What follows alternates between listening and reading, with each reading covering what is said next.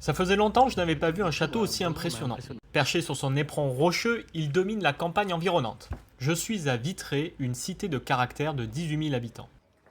Construit au XIe siècle, rebâti ensuite au XIIIe, XIVe et XVe, ce château rappelle que la ville se trouvait aux Marches de Bretagne. Les Marches de Bretagne, c'est cette zone tampon militaire entre la Francie et la Bretagne, où on a construit de nombreux châteaux défensifs.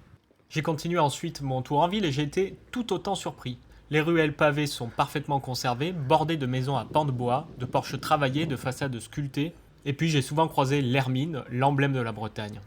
À partir du XVe siècle, Vitré s'enrichit grâce au commerce du canevas, ces toiles de chanvre exportées partout en Europe. Les marchands locaux fondent alors la confrérie des marchands d'outre-mer et ils bâtissent de luxueuses maisons à pans de bois avec boutiques au rez-de-chaussée. Et ils financent aussi de très grands chantiers comme l'église Notre-Dame qui est très bien conservée. Et pour l'anecdote, certains partent même explorer le monde, comme Pierre-Olivier Malherbe qui est né ici et qui est le premier backpacker finalement, le premier français à avoir fait le tour du monde par voie terrestre.